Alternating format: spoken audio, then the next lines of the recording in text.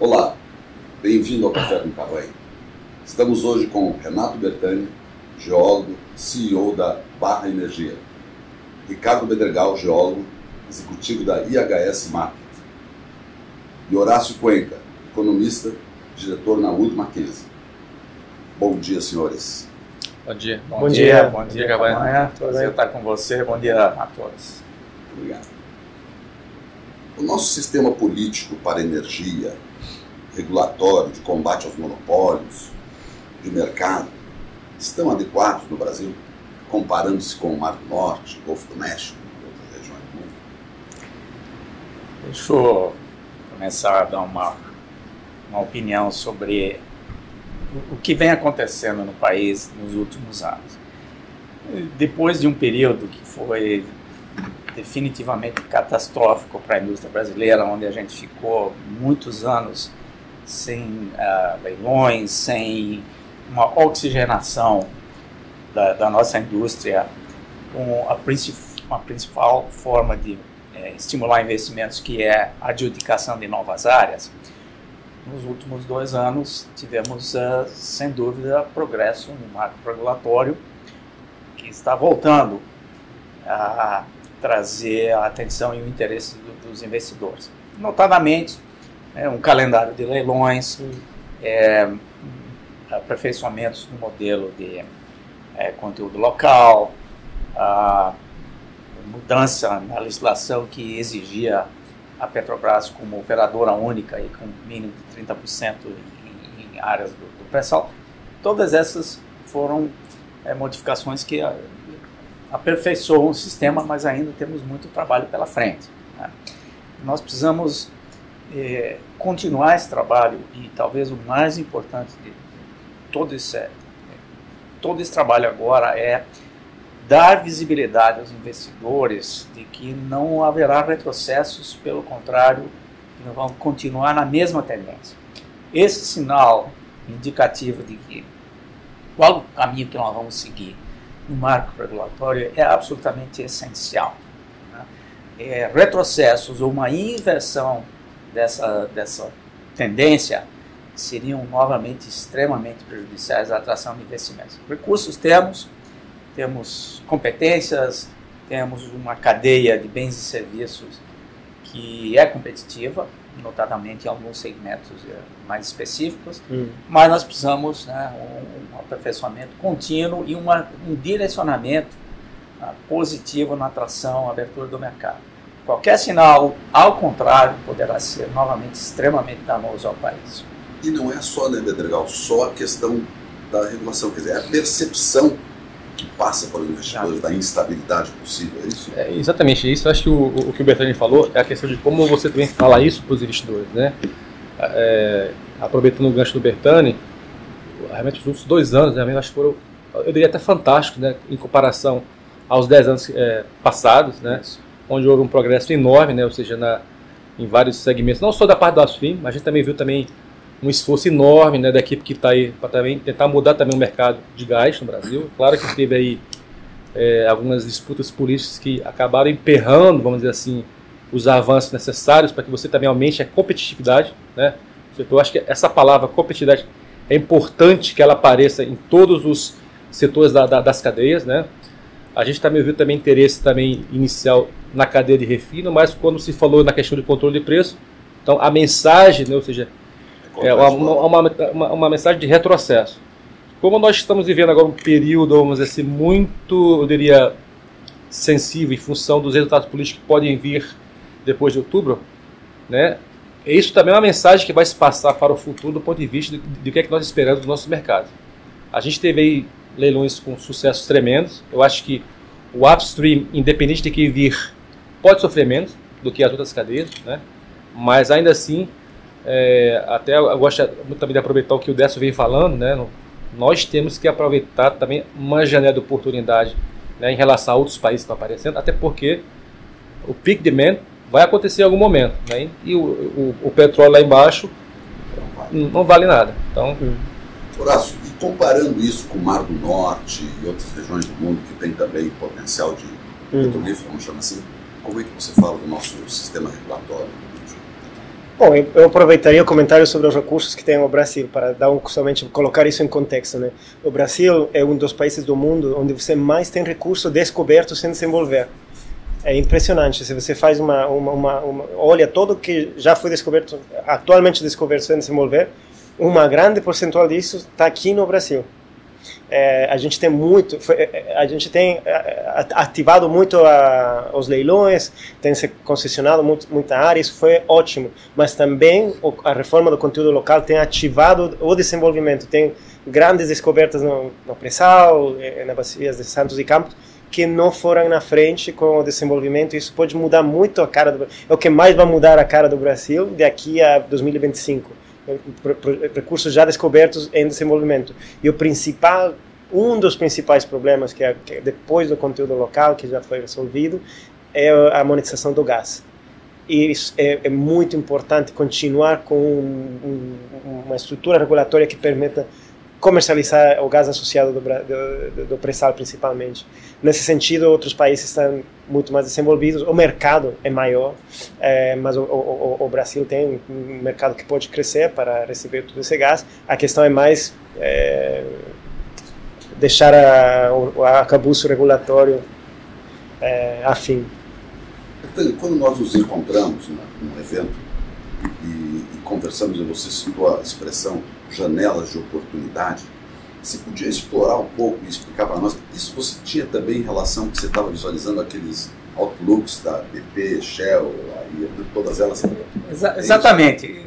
Claro que fazer projeções de médio e longo prazo são exercícios, né? Mas eu diria que há um consenso, né, que o mundo está caminhando para uma economia de baixo carbono, seja por razões estritamente econômicas ou por razões ambientais. Mas é uma tendência inexorável, né? As energias renováveis estão ficando cada vez mais competitivas e estão entrando na matriz energética, mas existe um processo, e esse é um processo longo, não é de hoje para amanhã que você substitui os combustíveis fósseis, as energias fósseis, por renováveis, numa escala que permita a remoção de grande parte dos combustíveis fósseis da matriz global. Agora, isso vai acontecer. Quando que vai acontecer é sujeito a um grande debate, mas do que se ouve dos estudiosos, das entidades de pesquisa que se dedicam a analisar essas tendências, é que nós esperamos que, principalmente óleo e gás, e bem menos importância na matriz carvão, mas vão continuar muito relevantes na matriz energética até pelo menos 2035, 2040. Precisamos considerar também que nesse ínterim, os campos atualmente em produção vão inexoravelmente declinar. Isso é natural dos reservatórios. E para que a gente mantenha um nível de produção constante, é absolutamente essencial que se mantenha um nível de investimentos para desenvolver as reservas que estão descobertas e ainda não foram desenvolvidas, ou para até trazer novas bases de recurso à matriz. Isso demanda investimentos que no passado costumavam ser na faixa de 800 bilhões de dólares globalmente, 900 bilhões por ano. Esse número atualmente, as últimas estatísticas que eu escutei, são aproximadamente a metade. Tá? Então, essa redução do nível de investimentos, combinada com o fato de que você não consegue, em termos práticos, substituir a atual estrutura da matriz energética em pelo menos 20 a 30 anos, e combinado com o fato de que os atuais reservatórios, inexoravelmente, porque é natural, vão declinar 3 a 5% ao ano em média, criam uma enorme oportunidade para o país, principalmente Brasil e outros países ricos em recursos, que aproveitar essa janela. Nós estamos vendo outros países, na verdade, saindo desse mercado, seja por mudanças políticas, como a situação na Venezuela, como a situação no México, seja por uma questão das sanções impostas pelos Estados Unidos ao Irã. Grandes competidores do país, do Brasil, estão abdicando dessa oportunidade. E o Brasil tem que fazer exatamente o contrário, capturar essa oportunidade enquanto essa janela ainda pode realizar, monetizar um recurso que depois dessa janela não se sabe se ainda vai ter valor, pelo menos significativo. Não esperamos que vá acabar o consumo de petróleo em 100 anos, mas a significância seguramente vai mudar. Relativa, exatamente. Outras fontes de energia. O tipo de demanda que muda muito também, né? A demanda de transporte que começa a ficar falada bem mais cedo, né? A gente tem uma estimativa, a eletrificação dos veículos, 30% das vendas de novos veículos na década de 2020 a 2030 já poderia ser tudo elétrico. Então aí você começa a ver a demanda de óleo para transporte começa ficando fraca. Aí o restante pode ser petroquímica. É tipo de demanda diferente também, né? Quando você citou a eletrificação dos veículos, tudo, mas a energia básica, primária, que vai para a eletricidade, parte ainda é de petróleo, gás, etc. Vai ser mais gás, né? Vai ser mais gás do que líquido. Tem muito hidrelétrico. De novo, no nosso base case scenario, ou seja, o peak demand estaria ocorrendo entre 2038 e 2040, né? E claro, a gente tem mais outros dois cenários onde você invocaria aí um breakthrough tecnológico onde isso pudesse acontecer, notadamente a questão de veículos elétricos, né? Hoje a parte de transporte mundial é um terço petróleo, vamos dizer assim, né? Então o efeito é mais sobre essa parte aí. Hoje nós temos, sei lá, em torno de 1,3 bilhão de veículos movidos a diesel, que é o light veículo movido a diesel, e 0,2% é veículo elétrico. Então assim, isso vai virar. Então, mas teria que virar uma taxa muito rápida. Então, quer dizer, tem ainda questões aí de breakthroughs, seja tecnológico ou também de mudança de comportamento, né, das pessoas, que você já começa a observar em alguns países mais desenvolvidos, né? Eu também debato com alguns colegas a questão também do clean energy, né? Porque quando você fala de países que tem Suécia, Noruega, clean energy, eu entendo perfeitamente, só que estão importando energia clean, né, de outros países que também estão produzindo, ou seja, uma matriz um pouco mais suja, né? O lítio vem de algum lugar, né? Sujeira. Boa parte dos painéis elétricos são construídos na China também, usando carvão para produzir esse painel elétrico, que tem aí 2 anos para você zerar de repente o fingerprint, né, ambiental dele. Então, assim, tem a equação que tem que ser vista um pouco mais de cima. Do ponto de vista da oportunidade que o Bertani falou, nós não podemos perder mais uma década, certo? O Brasil, junto com US Shale, né, e Middle East, tem um dos petróleos mais competitivos. Ou seja, a gente consegue, vamos dizer assim, de modo geral, passar um ambiente de petróleo abaixo de $50, certo? Em torno disso daí. Há também, apesar da discussão de peak demand, né, a gente observou um crescimento mais forte da economia global esse ano, o ano que vem. Esse ano, a demanda por líquido deve crescer entre 1,8 e 2 milhões de barris esse ano, e o ano que vem 1,6 a 1,8. E você continua ainda percebendo esse crescimento entrando no início de 2020. Então, há uma demanda por isso.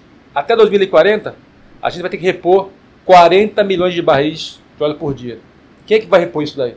Tá? Então, tem uma parte que o Horácio falou, que eu vejo poucas pessoas falando. A gente tem o excesso da estação onerosa, né? Onde a ANP divulgou volumes aí de 5 a 17 bilhões de barris dentro do potencial. Nós estimamos um P50 em torno de 7,4 bilhões de barris de óleo equivalente. Pega esse volume aí, sendo aí conservador, multiplica por 6, 7 dólares, né? Uma 2P Reserves, ou que seja 6. Quanto é que vale isso? Quanto dinheiro nós estamos deixando na mão e quanto a gente pode aproveitar? E em relação ao gás, 90% do gás produzido no Brasil é associado.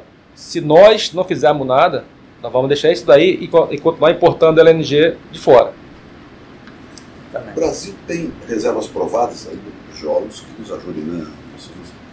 12 bilhões de barris de óleo, parece que 370 bilhões de metros. Isso daria para cerca de 10 anos de consumo. Só que o potencial pré-sal parece que é 20, 50 vezes. Isso é uma coisa de estupidez de número. E essa janela está exatamente nisso que vocês estão dizendo. Quer dizer, senão, porque tem um tempo para você poder explorar, desenvolver e começar a produzir. E o pico de produção vai ser daqui a 15 anos, sei lá, 20 anos, reservatórios novos que se encontram. Tá? Então, essa distância em tempo é que está nos ameaçando, é isso? Exatamente. Quer dizer, a gente tem uma base de reservas, potencial de baixo risco gigantesco, principalmente no pré-sal, mas também em outras bacias. Obviamente o pré-sal é o que chama a atenção pela sua pujança, mas ele tem um tempo para ser explorado, desenvolvido, para ser trazido e comercializado, né? E nós não podemos atrasar esse processo sob pena de perdermos essa janela de oportunidade. Nós precisamos nos certificar que nós vamos continuar atraindo os investimentos e a tecnologia e as competências necessárias para serem alocadas a esses recursos imediatamente, de forma que a gente venha a se beneficiar dessa nova produção, que vai substituir esses 40 milhões de barris de óleo que nós vamos ter que repor da base de produção atual nos próximos 10 a 20 anos. Porque a partir daí há muitas incertezas. Poderá ser que a gente já não extraia o benefício adequado dessa produção daqui a 20 anos. Os Estados Unidos, por exemplo, está acelerando, né, Horácio, fortemente desenvolvendo a produção e a produção. São 7 milhões de barris dia de produção convencional e já mais de 5. Hoje estamos com 11 milhões. 11. Os Estados Unidos hoje estão em torno de 11. E consomem 19. E podem crescer até 14 nos próximos 4, 5 anos. É claro que recursos também tem, mas também eles também têm algumas barreiras logísticas que já você observa hoje, tanto do ponto de vista de transporte, né, do óleo, tanto também do ponto de vista de você exportar também o light crude, né, que não tem refinaria também que aguente todo esse light crude também indo para fora dos Estados Unidos. Mas assim, uma coisa que também, até em função das incertezas políticas, não só no Brasil, mas também em outros países, né, ou seja, o investidor de Wall Street, né, e quando você observa, ou seja, a característica de investimento, ele busca investir naquele recurso que dá um retorno no menor curto prazo, né? E por isso que acho que o One Convention americano, né, por uma série de razões, é muito atrativo ao Wall Street. Cada ciclo é muito curto. Muito curto, a exposição financeira, tanto do ponto de vista geológico quanto do ponto de vista de exposição financeira, é mais baixa. E uma das coisas que eu vejo também o governo, né, e o próprio Décio falando, quer dizer, que ele gostaria também de em algum momento no futuro, que nós pudéssemos também atrair, né, esse investidor mais volátil, vamos dizer assim. Uma coisa que a gente não discutiu aqui, que justamente, por exemplo, pegar o caso de Campos Maduros, na Bacia de Campos, Roncador, notadamente, né, quer dizer, a Statoil agora, a Equinor, né, apostando justamente no aumento de recuperação. Existe aí um recurso ainda não tão bem mapeado por nós, né, de aumento de recuperação, que é um recurso onde tem investimento e o retorno pode vir no curto prazo, que a gente não está nem colocando nessa equação aqui, né. O Brasil pode crescer só com o que está em produção, desenvolvimento, appraisal, mais o excesso da cianorosa, continuamente, tranquilamente, 5, 6, 7% até 2030, pelo menos, né? O que o Bertrand estava falando, o recurso já está aí, né? Você pode colocar isso aí, sei lá, em produção, isso precisa de 10 anos. Né? O Horácio levantou essa questão aqui. Isso, nós não podemos deixar esse recurso parado. Entendeu? Tem aí uma janela de oportunidade, né? Do ponto de vista também global, que nós teríamos que aproveitar isso daí. A questão é o break-even. Exatamente. Você tem que ser competitivo, porque essa janela, quando ela vai fechando, não fecha de um dia para o outro, então você concorre cada vez por um espaço menor. Isso. E o shale norte-americano continua puxando para cima. A vantagem que eu vejo contra o shale são duas, na verdade, né? Quando mais atividade você tem nesse mercado lá, o custo começa a subir. O break-even, para a gente pode descer, na verdade, o nosso break-even do pré-sal está uma tendência decrescente. O break-even do shale americano, quando tiver mais atividade, ele só pode subir. Essa é uma das vantagens. A outra o risco da produtividade. Você tem um poço pré-sal, um poço convencional. Ele pode produzir 25 mil barris, um pré-sal em média pode ser 50, como em Libra. Em geral, o pico dele é muito alto, mas o risco, uma vez que você já tem testado esse reservatório, a desviação é pouca. E você sabe como esse poço se comporta. No shale, você continua perforando cada vez mais perto entre poços, e aquele fenômeno do child versus main well, a produtividade é uma briga entre tecnologia e geologia. Os sweet spots estão se esgotando. A produtividade menor. Então, nesse sentido, a gente tem um perfil muito mais positivo para mim. Exatamente. Deixa eu tocar um ponto que me deixa curioso e eu não sei responder. As majors, as grandes empresas internacionais de óleo, principalmente a Spain, nós estamos falando, estão se estocando fortemente no Brasil de de bits, estão comprando muitos blocos. Hoje elas têm na mão uma quantidade bem significativa, e agora vem mais um momento de bit. Então, o que isso significa? Quer dizer, elas não estão enxergando muito risco regulatório e político, ou os ganhos são tão maiores que podem ultrapassar. Como é que isso está na equação?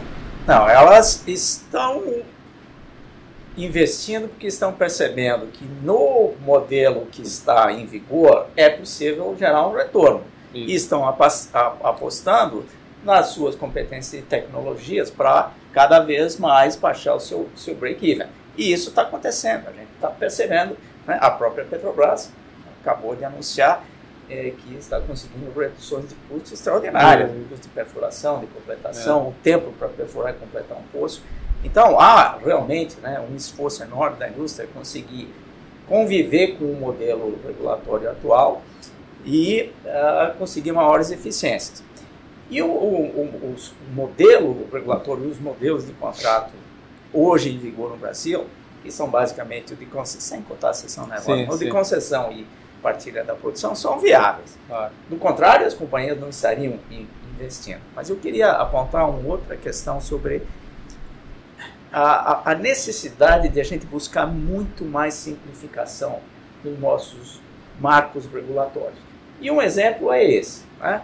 O fato que nós temos dois modelos de contrato para uma mesma bacia, dá para conviver com os dois, né? Tem companhias que têm no mesmo bloco, no mesmo campo, uma parte concessão e outra parte é o production sharing.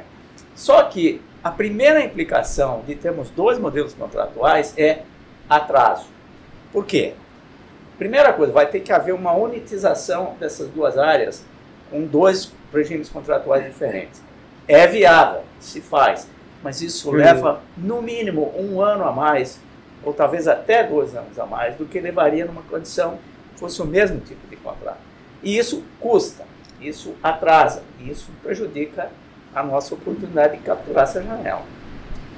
Se a gente conseguisse sumarizar, encontrasse num voo o candidato que vai ganhar, né, Belegal? E ele dissesse assim, olha, eu estou com muito pouco tempo, me dê 3 grandes drivers aí da exploração no Brasil. O que você diria?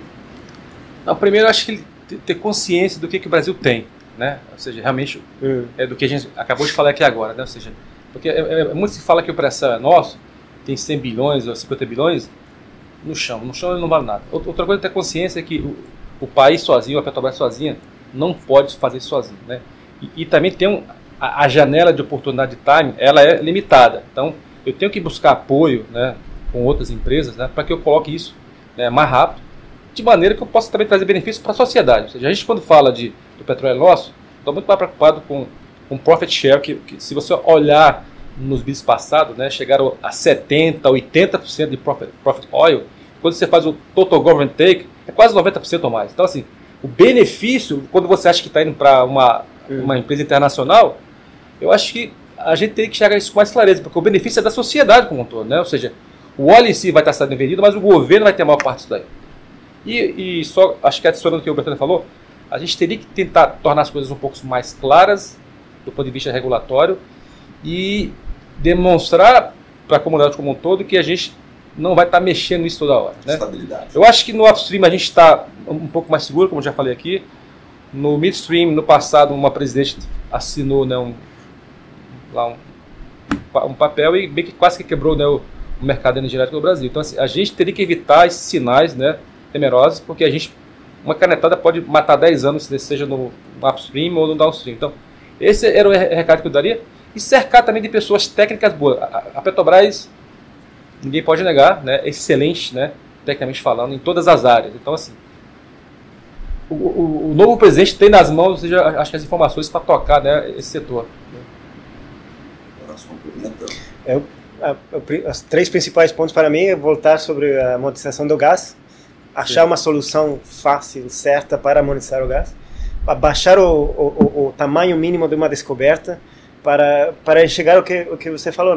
O Brasil não é só o pré-sal, claro, né? A gente tem muitas outras, tem campos maduros na bacia de Campos, e isso para mim está andando muito bem, mas a exploração, novas fronteiras, a margem equatorial, Sergipe-Alagoas, a margem atlântica, a margem equatorial, ali você precisa baixar o tamanho mínimo para um desenvolvimento comercial. Isso passa por custo. Se você tem uma descoberta de 200 milhões de barris, eu não estou certo que é econômica, sabe? E aí você tem uma descoberta relativamente grande que fica sendo desenvolvida. Exatamente. Ou seja, ele disse que baixar as exigências fiscais e de bônus no eventual... O custo regulatório também. Porque fiscal, mas regulatório... Também, né? Não, basicamente só eu concordar integralmente com os comentários que vocês fizeram. E eu acho que uma questão importantíssima é o seguinte. A primeira coisa é entender, o país, o governo tem que entender que lucro não é prejudicial, lucro é benéfico para todas as partes da sociedade. Então é importante que os regimes regulatórios, os modelos contratuais e fiscais sejam progressivos e não regressivos. Tributação de lucro é a coisa mais justa e melhor recebida pelo investidor. Tributação do investimento é o oposto. Né? Você faz investimento de risco e tem que pagar imposto que às vezes onera aquele investimento em 30%, 40% ou até 50%, sabendo que aquele investimento, eventualmente, por ser de risco, pode não gerar um resultado, é a pior coisa, é o maior desestímulo ao investimento. Então, eu acho que o governo precisa trabalhar para continuar criando estímulos para que as companhias possam trabalhar e ter retorno. Porque esse retorno, no fim, é o melhor incentivo para a continuação de investimento e para a geração de mais benefícios ainda à sociedade, pela via da criação de empregos, geração de tributos e movimentação da economia. E isso, desculpa, é um belo exemplo que foi feito nos últimos 2 anos. Ou seja, você reduziu o controle local, você estendeu a questão do repetro. Essa visibilidade do projeto apretar o retorno, né, aumentou essa visibilidade para as empresas. E é por isso que a gente viu, ou seja, esse monte de empresa apostando aqui no Brasil. Ou seja, o Brasil aumentou sua competitividade no IP frente a outros países. Né? Então, se a gente pudesse colocar em frases, é simplificação regulatória, estabilidade das mensagens, a questão tributária ser progressiva e não progressiva, quer dizer, e ao final, não ao longo da cadeia. A questão de você encarar com menores tamanhos para poder ser mais atrativo. Claro. Pontos essenciais da coisa. Muito bom. Gostaria de agradecer Horácio Cuenca, Ricardo Vidergal, Renato Bertani. Obrigado. Pelo excelente papo. Obrigado, Cavalho. Obrigado. Obrigado. Prazer estar com você. Obrigado. Obrigado, Cavalho. Muito obrigado. Bom dia.